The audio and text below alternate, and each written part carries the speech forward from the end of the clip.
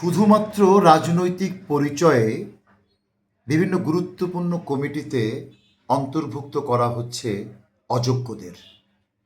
উদাহরণ হিসাবে বলতে চাই, যিনি ফুটবল খেলা কয়জন খেলোয়াড় খেলেন তা জানে না, ক্রিকেট কিভাবে খেলা হয় তা জানে না, ইভেন হাডুডু বা কাবাডি যেটা বলি আমরা সেটা কিভাবে খেলা হয় জানে না, সেই সমস্ত ব্যক্তি শুধুমাত্র দলীয় পদ পদবীর একটি বড় চেয়ার দখল করে আছে বলে তাকে জেলা ক্রীড়া সংস্থা অথবা বিভাগীয় ক্রীড়া সংস্থার গুরুত্বপূর্ণ পদে বসানো হচ্ছে।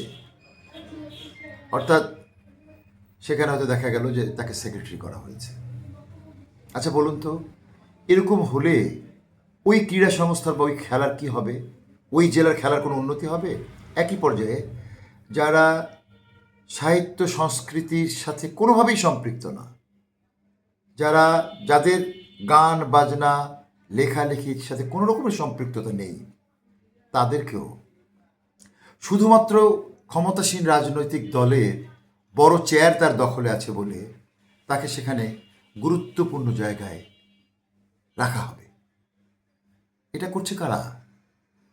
এটা করছে এই যে প্রশাসনের যে আমলারা, যারা বিগত দিনে ফ্যাসিস্টদের পদলেহন করে এই সমস্ত ইনস্টিটিউশনগুলো ধ্বংস করে দিয়েছে। দেখবেন শিল্পকলা একাডেমি, ক্রীড়া সংস্থা, শিশু একাডেমি, রেড ক্রিসেন্ট, এই ধরনের অনেক প্রতিষ্ঠান যেখানে সরকার একটা কাঠামো তৈরি করে দিয়েছেন, সেই কাঠামোতে ডিসির অথবা বিভাগীয় কমিশনারের ক্ষমতা দেওয়া হয়েছে। তারা ইচ্ছা করলে বিভিন্ন ব্যক্তিকে এখানে সংযুক্ত করে একটা কমিটি গঠন করতে পারবে। সেই ক্ষমতা বলে মানে যারা কিছুই জানে না, যার সাথে যার কোনো সম্পর্কই নেই, সেই সমস্ত ব্যক্তিদেরকে নিয়ে এই সংগঠনগুলোর 12টা বাজানো হচ্ছে।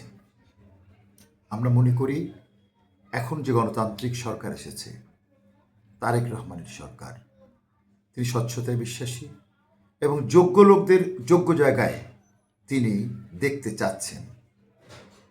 কিন্তু এগুলো যদি বন্ধ না হয়, এই তেল মাখা এবং অযোগ্যদের যদি এই প্রান্তিক পর্যায়ে থানা লেভেল থেকে শুরু করে জেলা বিভাগ, এই জায়গাগুলোতে যদি সঠিক লোকদের পদায়ন না হয়, তাহলে আমাদের খেলাধুলা, শিল্প, সাহিত্য, সংস্কৃতি বা সামাজিক সংগঠনগুলিকে এগোবে?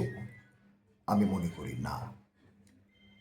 আমরা মনে করছি যে খেলার মাঠে যারা থাকছে, সারা জীবন খেলায় নিবেদিত, শিল্প সংস্কৃতির ক্ষেত্রে যারা সারা জীবন নিবেদিত, তারা ডিসি অফিস চেনেন না, তারা ডিসি সাহেবকে চেনেন না, কমিশনার সাহেবকে চেনেন না, তারা সরকারের কে ক্ষমতাবান না তাদেরকে চেনেন না।